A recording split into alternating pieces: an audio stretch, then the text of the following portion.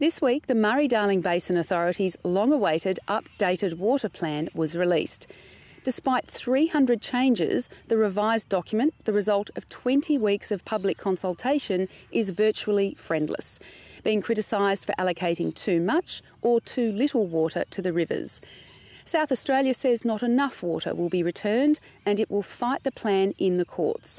Victoria calls it a death warrant for irrigation towns, and New South Wales says it's an insult. Even the Federal Water Minister, Tony Burke, says he won't sign off on it. The National Farmers Federation says it beggars belief that after 20 weeks, so little has changed.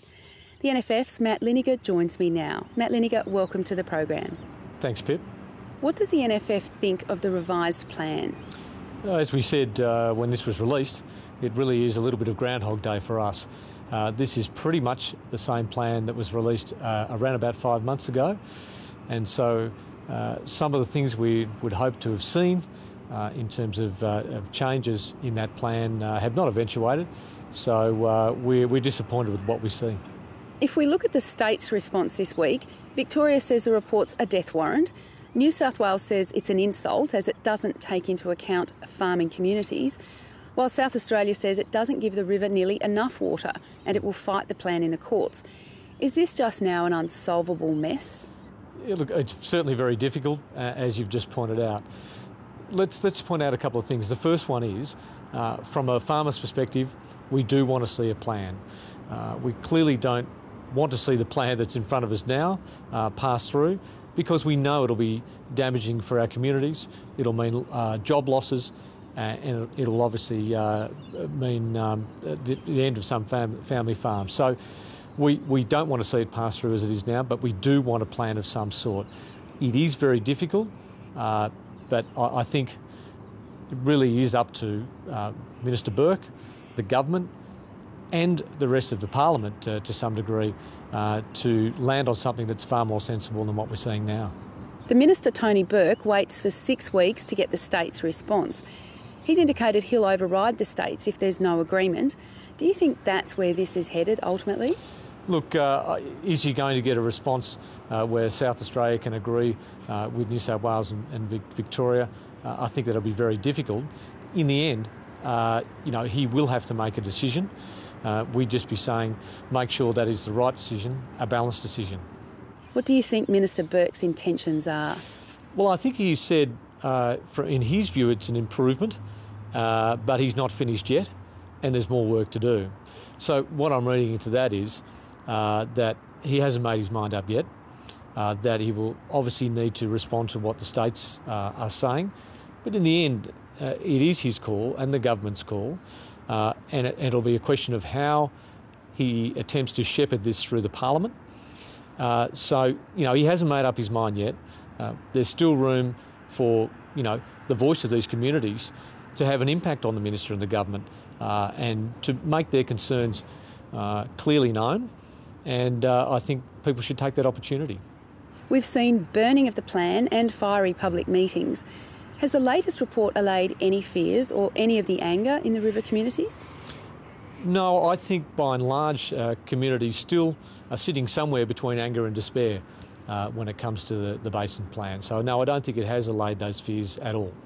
Irrigation groups have called for more water savings to come from investment in irrigation infrastructure rather than relying so much on the simpler, quicker water buybacks.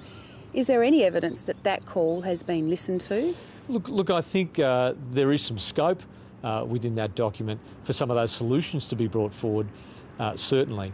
But I think what communities would like to see is just far more emphasis on those infrastructure solutions.